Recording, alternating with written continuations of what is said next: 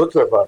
তখন এত আদিবাসী কমিশন ছিল না, ছিল ওখানে জাতিসত্তার আন্দোলনে, সেটা ছিল ঝাড়খণ্ড আন্দোলন।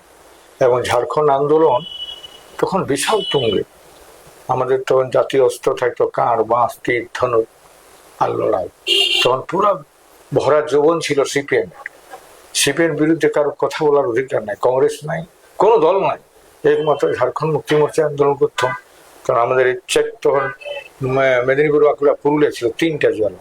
এই তিনটা জেলায় আন্দোলন ছিল। আর ওদিকে ছিল তখন মাত্র দুমকা, ধানবাদ, হাজারিবাগ, গিরিডি, রাঁচি, সিংভূম, পালামু। আর ওইদিকে ছিল সুন্দরগড়, সুন্দরগড়, সম্বলপুর, ময়ূরভঞ্জ, কেওঝর, চারটা। এই যে জেলাগুলোতে আন্দোলন ছিল।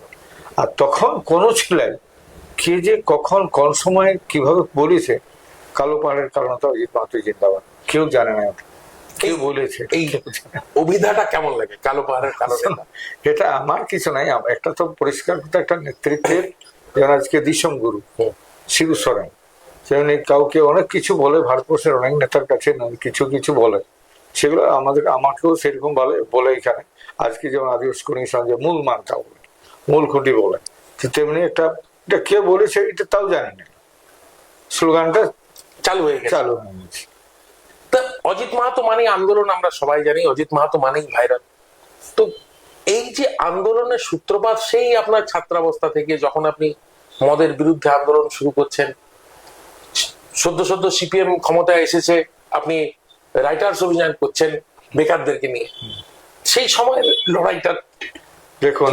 প্রথম হচ্ছে কি, বামফ্রন্ট আসার পরে আমি তার আগে স্কুলে শিক্ষকতা করতাম, স্কুলে অর্গানাইজ করেছিলাম। আমি অর্গানাইজ করতে যে আজকে যেমন পোলিং অফিসারের ডিউটি করেছি। তো না, আমি হেডগুলোই ছিলাম স্কুলটা, পোলিং অফিসার ছিলাম আমি পুয়াড়া বুথে। তো এখন কথা হচ্ছে, আমি বেকারদেরকে যখন বেকারদের নিয়ে ভাতা দেয় বাম্পর সরকার, তখন ওই স্কুলে বিভিন্ন জায়গাতে রিক্রুটমেন্ট হচ্ছে, চাকরি হচ্ছে লোকে, তাদের কল হইতো কিন্তু থ্রু এমপ্লয়মেন্ট এক্সচেঞ্জ ছাড়া কিন্তু কল কারো হইত না। কল যখন কারো হইতো নাই, এবং কল না হলে চাকরিও নেই।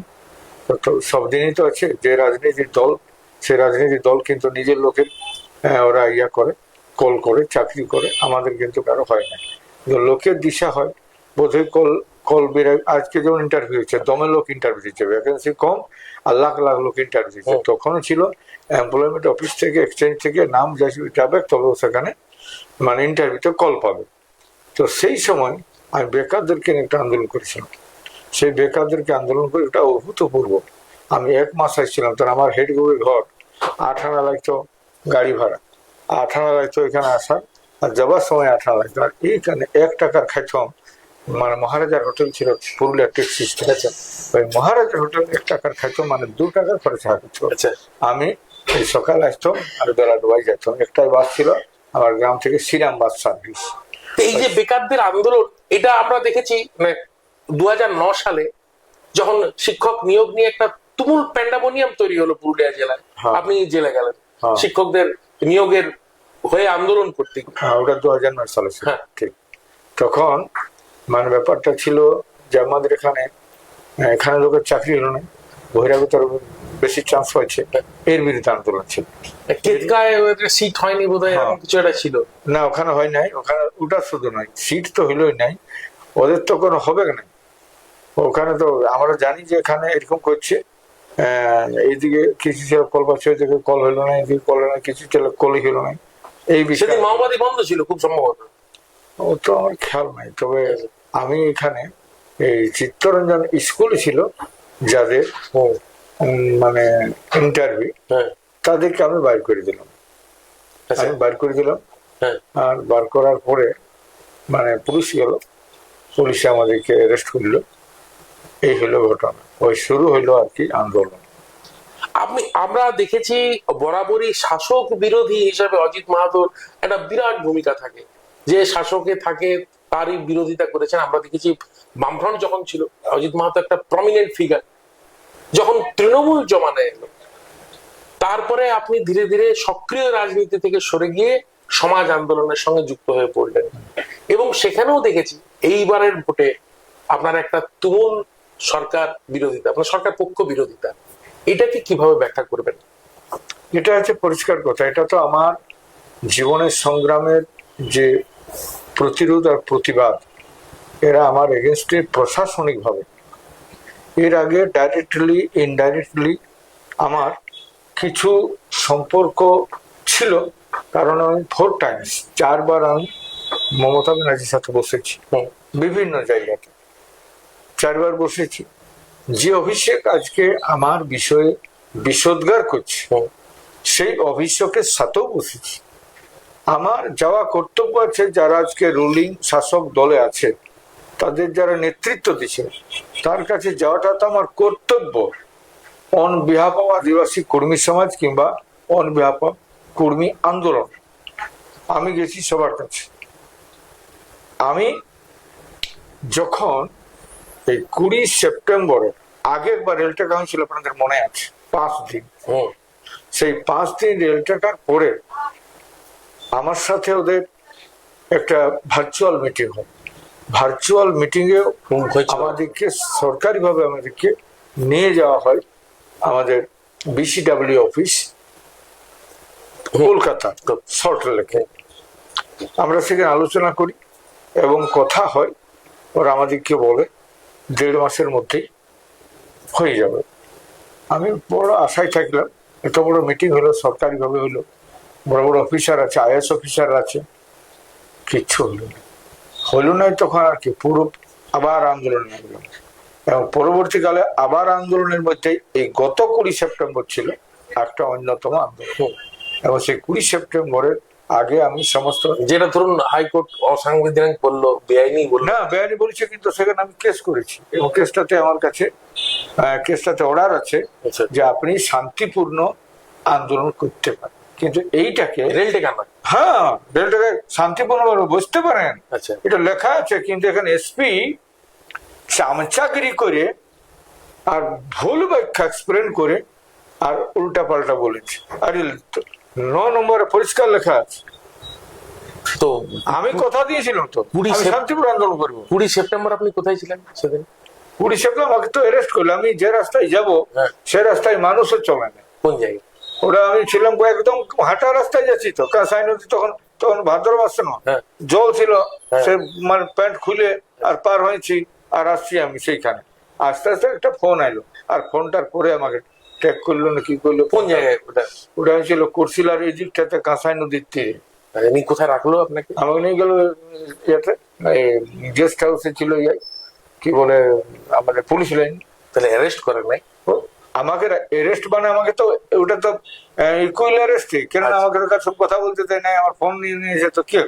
আচ্ছা, আমাকে তো ওখানে আমাকে কোনো কিছু করে না, আমাকে গেস্ট হাউসে রাখে দিই। কিন্তু আপনি বলছেন তাইলে ওই দিনটাই কি তৃণমূলের কাছে বুমেরাং হয়ে দেখা দিল উল্টা? এখন কথা হচ্ছে, আমি তখন বললাম শুধু ওইটা না, ওই দিন অ্যারেস্ট করলো আমাকে শুধু নয়, এটা থ্রু জঙ্গল প্রত্যেকটা নেতৃত্বকে ওরা কিন্তু হাউস অ্যারেস্ট করলো, কাউকে থানা নিয়ে গেল, কাউকে কিন্তু মাঠে রাখতে দেয় না। এবং প্রত্যেকটা কর্মীকে ব্যারিকেড করলো, প্রচুর পুলিশ পাঠাইলো, প্রচুর পুলিশ, যুদ্ধ ভাব।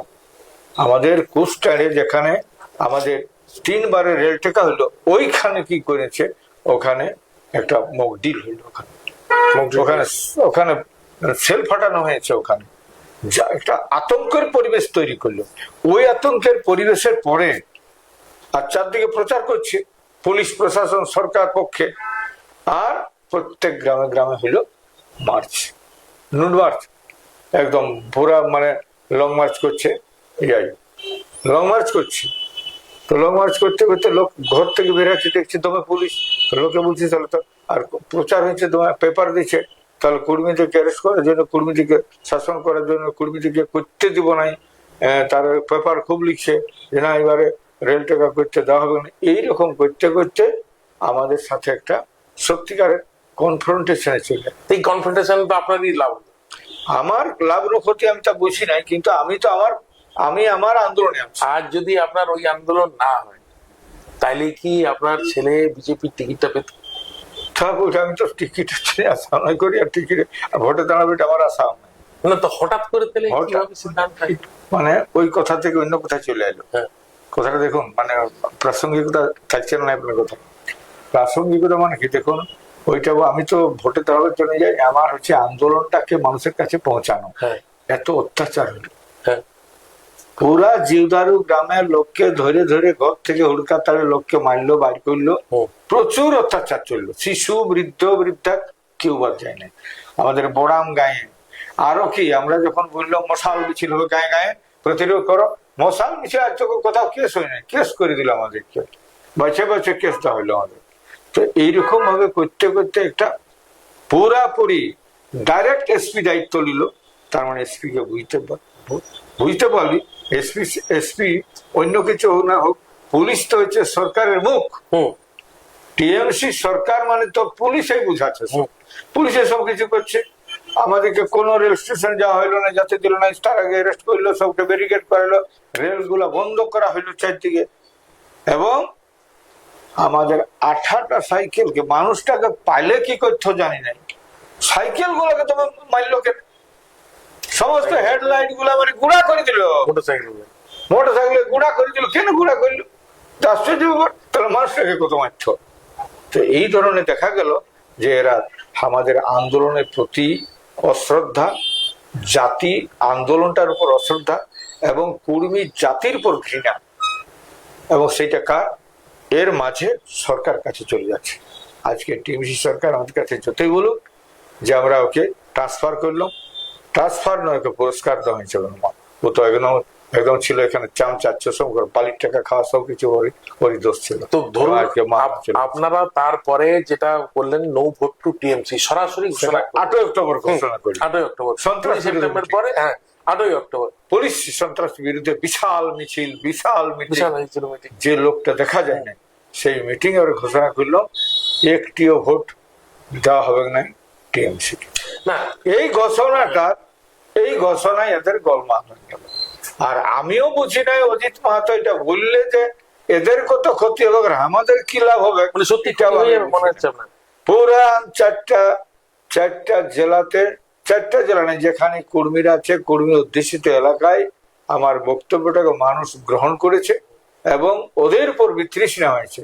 এই দলটা সত্যিকারের টিএমসি দলটা আমাদের পক্ষে ক্ষতিকারক। আপনার ছেলে বিশ্বজিৎ যে বিজেপি টিকিট পেয়ে দাঁড়াবে, এটা কখন ঠিক হলো?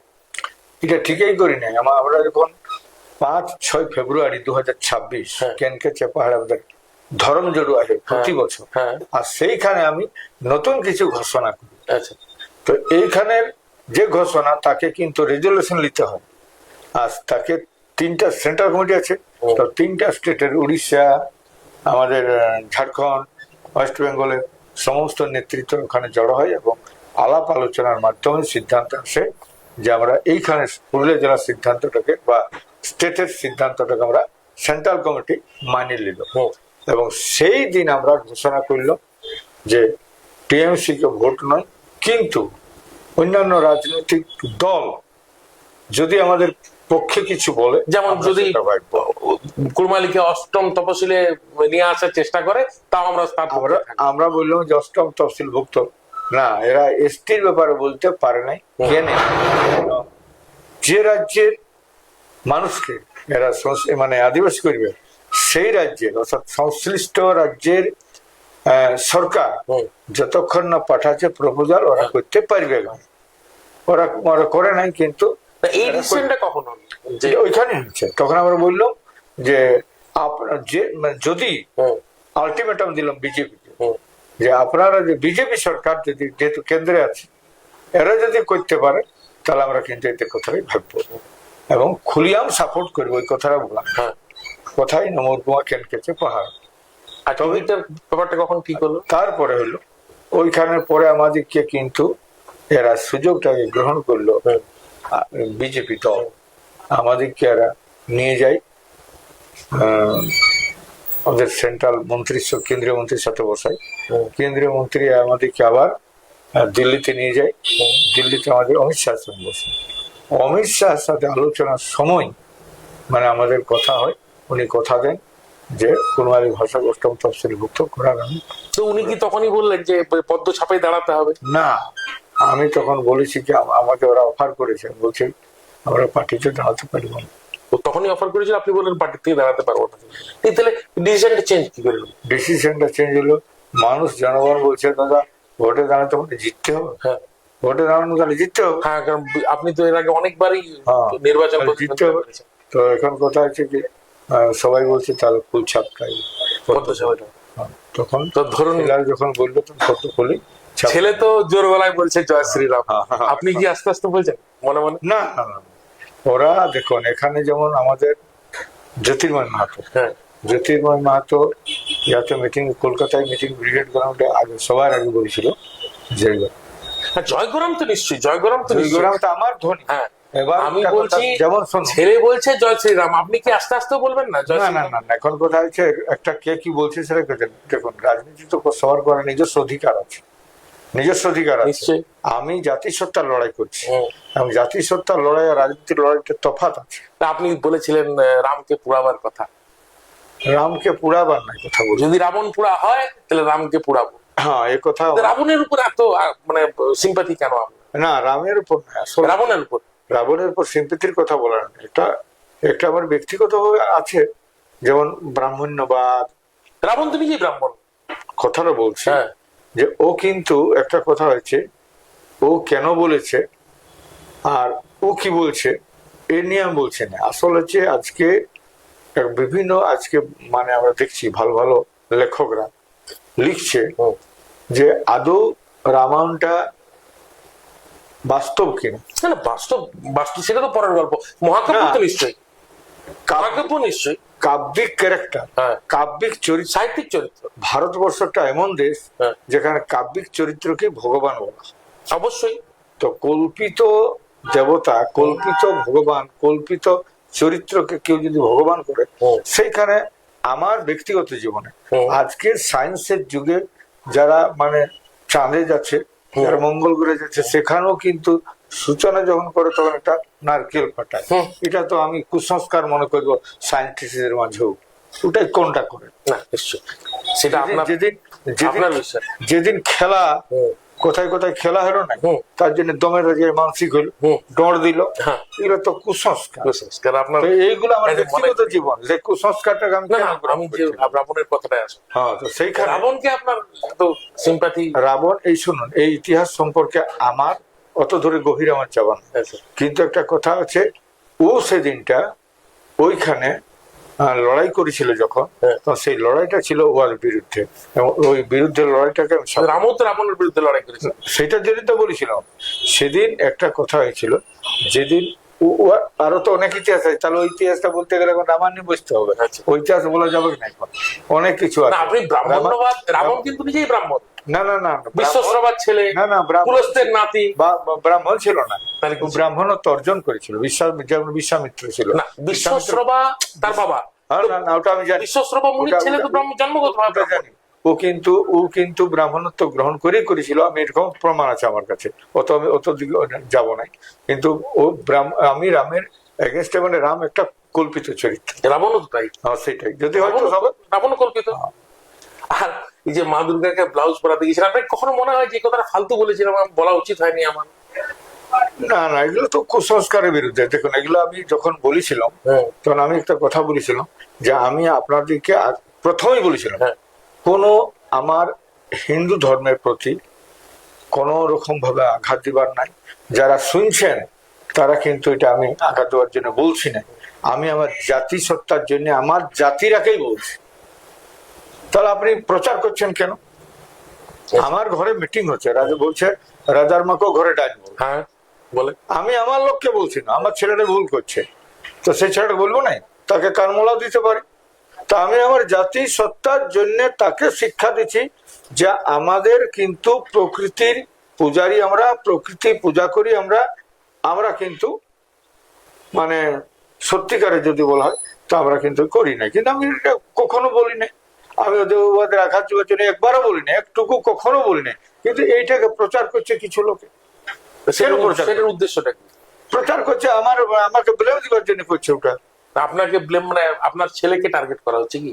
না না, ওটা তো আমি, সেটা তো 3 বছর আগের কথা। হ্যাঁ। ক বছরের ওটা? হ্যাঁ 3 বছর তো ঠিক। তবে আর এখন এটাকে কি করে বার করছে আরো? মানে কারণটা কি? তাহলে নিশ্চয়ই ওইটাই কারণ, আমি বলেছি রাজনৈতিক কারণটাই। আমি বলছি আপনার ধর্ম আর আপনার কাছে আছে, হ্যাঁ। আমার ধর্ম আমার কাছে আছে। আমি আমার ধর্ম পালন করতে বলবো, আমার স্ত্রীকে বলবো, বেটাকে বলবো, বেটিকে বলবো, মাকে বলবো, সবাইকে বলবো। তো আমি আমার জাতিকে বলছি আমার ধর্ম এটা, আমি প্রকৃতির পূজারি, ওর সাথে আমার কোনো সম্পর্ক নেই। আমি সেটা বলতে যাই, সেইটাকে বলেছি, তো সেটাকে আচ্ছা ঘুর পাকে করে ওরা আমার এগেনস্টে বলছে। আপনি মানেই ভাইরাল। আপনার মনে আছে কিনা জানি না, আপনার একটা ভিডিও খুব ভাইরাল হয়েছিল, রামদেবের মতন আপনি বেলি ডান্স করতে। হ্যাঁ, ওগুলো আমি এখনো করি। তো ওগুলো তো কোনো ব্যাপার না, ওগুলো তো আর আজের নয়। রামদেবের তখন জন্ম হয়নি। আচ্ছা, রামদেবের বয়স কত? 50-52। হ্যাঁ, 50-52। এটা আমি করি ক্লাস 3-4 পড়তাম, তখন থেকে আমি আসন যোগ ব্যায়াম করি। আপনার ওটা বিরাট ভাইরাল হয়েছিল সেইটা। তো এখন কথা হচ্ছে এইগুলা নিয়ে আর বেশি কোনো এখন নির্বাচনের সময় এইগুলা নিয়ে আমি কোনো বলছি নাই। কারণ সত্যি নিজের নিজের দেবতা আছে, যার যে বিশ্বাস। ভারতবর্ষে মানে কি বলে সংবিধানে বলেছে কারো বিশ্বাস কেউ আঘাত দিবার না, যার যেটা ভালো লাগছে। না না, তাহলে আমি ঠিকই বলছি। আমি বলছি, আপনার কি মনে হয়েছে যে হিন্দুরা যদি মনে হয় আঘাত পেয়েছে, তা আমার আপনার? আমি তো মাপ চাইনি সেদিনই। আচ্ছা, ও তো 3 বছর আগেই। আচ্ছা, পরবর্তী আগেই আপনি ক্ষমা চেয়ে নিয়েছেন? আগে ক্ষমা চাহার বক্তব্যটা রেখেছি। আচ্ছা আচ্ছা। পরবর্তীকালে আবার আমি ক্ষমা চাইছি মিডিয়ার কাছে, আচ্ছা। যাতে আমি মাফ করবেন, আমি ক্ষমা চাই নিচ্ছি। যদি কারো আঘাত লাগে, আমি কিন্তু আঘাত দেওয়ার জন্য কখনো বলি নাই, কবো বলবো না। আমি সমস্ত মানুষের জন্য পুরুলিয়াতে এতদিন আন্দোলন করছি, পুরুলিয়াতে আমি জাতিসত্তার আন্দোলন করছি বলে। আপনার মানে টোটাল যে সিনারিও, পুরুলিয়া জেলার 9টা বিধানসভা আসন, এবং 9টা বিধানসভা আসনেই যথেষ্ট কর্মী সংখ্যক ভোটার আছে। কি মনে হয় আপনার এই ভূমিকাতে, কর্মী সমাজের মূল মান্তা হিসাবে আপনার যে ভূমিকা, সেটাতে আপনার কি মনে হচ্ছে, কিরকম রেজাল্ট হতে পারে? রেজাল্ট তো আমি বলেছি, একটা ভোট আমি বলেছি নাই, কর্মীরা ভোট দিবে নাই, সত্যিকারের দিবে নাই, কারণ এটাকে লোকে গ্রহণ করে নিয়েছে। এবং আমাদের মনে হচ্ছে শুধু মানে পুরুলিয়া নয়, গোটা জঙ্গল মহলেই জিতবে। তাহলে বলছেন সরকার পাল্টে যেতে পারে? সরকার পাল্টিবার মানে গোটাটা 18 আনা আছে। তাহলে সরকার যদি পাল্টে যায় ভোট করবে, তাহলে আপনার জাতিসত্তার আন্দোলনটার ভবিষ্যৎ কি, মানে কিভাবে? জাতিসত্তার আমি তো 5 বছর বলেছি যে আপনি সমর্থন জানাবো, যদি না করে আমাকে আমার রাস্তায় ঘুরিয়ে নামতে হবে। তাহলে মানে তখন মানে এরা করার কথা দিয়েছে, এরা কথা বলেছে তো যে আমরা আছি, আপনার সঙ্গে থাকবো, করবো, এই কথা বলেছি যখন, তবে তো আমরা নামেছি। তো এটা আমার কতদিন দেখবো? এরাও যদি বলে করছি করবো, তাহলে তো মানবো না। এদের জলদি করার কথা বটে। তবুও আমরা বলছি 5 বছর সমর্থন জানাবো। আর 5 বছর নাই তো পরবর্তীকালে আমাকে নিজের রাস্তা ধরতে হবে, আন্দোলনের মুখে আমাকে। ঝাড়খণ্ড মুক্তি মোর্চার পর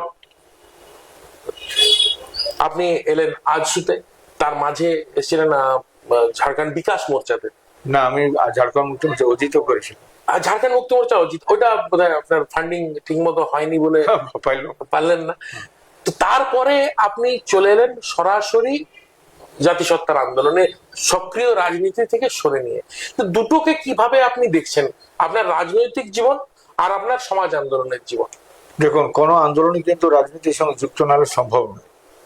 আপনার অ্যাচিভমেন্টটা তখনই আসবে যখন আপনি পুরোপুরি রাজনীতিতে নামবেন। তা আমার একটা এম ছিল যে নন পলিটিক্যাল করা দরকার আছে আমার লক্ষ্যে। কারণ পলিটিক্যালি আমরা ডিভিশন, এই জন্য আমরা কেউ করছে টিএমসি, কেউ করছে সিপিএম, কেউ করছে বিজেপি, তো কেউ করছে কংগ্রেস। বিভিন্ন রাজনৈতিক দলের মধ্যেই কর্মীরা যুক্ত আছে, এখনো আছে। সেই লোকগুলোকে আমাকে যদি আনতে হয়, তো অবশ্যই আমাকে হতে হবে যে আমি এবার পলিটিক্স। অতএব আমি তখন বললাম যে না, পলিটিক্স করা চলবে না, আমাদেরকে সমস্ত মানুষকে আনতে। তাহলে এখন সমস্ত লোককে আনার জন্যই কিন্তু আমার ইচ্ছা বলেছিলাম যে আমি কোনো পলিটিক্স করবো না। তো আমি ভোটে যখন দাঁড়াইলাম, সেখান থেকে একটা প্রমাণ হয়ে গেল যে আমার পেছনে 1 লক্ষ লোকের সমর্থন আছে। কিন্তু এখন আপনার যে ভূমিকা, আপনার ছেলে বিজেপির টিকিট নিয়ে দাঁড়িয়েছে, এটা তো আর নন পলিটিক্যাল রইল না। না, ওটা রইলে তো আমি তো নন পলিটিক্যাল আছি। আমি তো আমার ছেলের হয়ে আমার বেটা চাইতে যাচ্ছেন না? কোথায় গেল? কোন গ্রামে যে বিজেপি ক্যান্ডিডেটদের সঙ্গে কুর্মী সমাজের বৈঠক করছেন না? আমি তো আন্ডারগ্রাউন্ড মিটিং করছি, ওগুলো তো নন পলিটিক্যাল, আমার নিজস্ব ব্যানার করছি আমি। আমার যে লোকগুলো আছে কুর্মী লোকগুলা, সেই কুর্মী লোকগুলার মাঝে মিটিং করছি আমি। কুর্মী লোকগুলার মাঝে ওয়াকে ডাকিছি যে তোমাকে আমি সাপোর্ট করছি, তোমাকে আগে গামছা পরাচ্ছি, যেমন আমি করেছি পাড়াতে, কাশীপুরে, করেছি বাঁকুড়াতে। কাশীপুর বলতে মনে পড়লো, কালকে আসছে হেমন্ত সোরেন, কতটা প্রভাব পড়তে পারে তা বলতে পারছি না। এই তো আসছে টিএমসির পক্ষে, টিএমসির পক্ষে আসতে পারে, কিন্তু যে পক্ষেই আসুক এখানে মানুষের মনে হচ্ছে একটা সেট আপ হয়ে গেছে। আমার যে বক্তব্যটা কতদিন আগে থেকে 8ই অক্টোবর থেকে আমি বলে যাচ্ছি, এখন মানুষের মনে চলে গেছে কুর্মীদের ভোটটা বেশিরভাগ ক্ষেত্রেই কিন্তু সেট আপ হয়ে গেছে। শাসক বিরোধী অজিত মাহাতো, সিপিএম এর সময় আমরা দেখেছি প্রবল আন্দোলন করেছেন আপনি, আবার তৃণমূলের সময় এখন দেখছি আপনার একটা ভিন্ন রূপ। শাসক হিসেবে কে বেশি ডেঞ্জারাস, সিপিএম না তৃণমূল?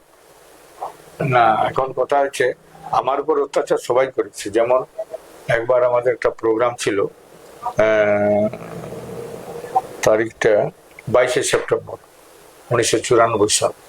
আমি আসছি এখানে ডিএম এর কাছে ডেপুটেশন দিতে, 6 কিলোমিটার ধরে আমাদেরকে আটকানো হলো, গুলি চালালো। তখন ছিল বিজয় কুমার, আপনার উপর গুলি চালানো হয়েছিল? বিজয় কুমার এসপি ছিল, গুলি করলো, 4 জন লোক মারা গেল, আমাকে ওইখানে গ্রেপ্তার করে। এরকম অত্যাচার দেখেছি, এবং সেই অত্যাচারকেও কিন্তু সীমা ছাড়ান গেল এই টিএমসির সরকার। তৃণমূল তাহলে সিপিএম থেকে বেশি অত্যাচার? একদম অত্যাচারটা বেশি করলো, ওরা খুন করলো। ওই খুনটার এইটা অনেক তফাৎ। কিরকম বলুন? খুনটায় 4 লোক মারি দিল, কিন্তু পরবর্তীকালে কিন্তু মুভমেন্টের জন্য ওরা কিন্তু আর ব্যথা দেয়নি। আমরা কিন্তু মুভমেন্টই করতে দিব না, কেস করব, কেস নিজেই ষড়যন্ত্র করে কেস করাইলো, আবার ব্যক্তিগত জীবনযাত্রায় বাধা দিয়েছে আমাদের এই এসপি। এই অফিসটা ভাঙিয়ে দেওয়া হয়েছিল, এখানে গোটা রাত কাজ হয়েছে, ওয়েল্ডিং হয়েছে, মিস্ত্রি ঠেসাইছে, কাজ করেছে এই শহরের মানে প্রাণ কেন্দ্রে, আর পুলিশ জানলো না। এই গোটা অফিসটা ভাঙিয়ে দিয়েছে।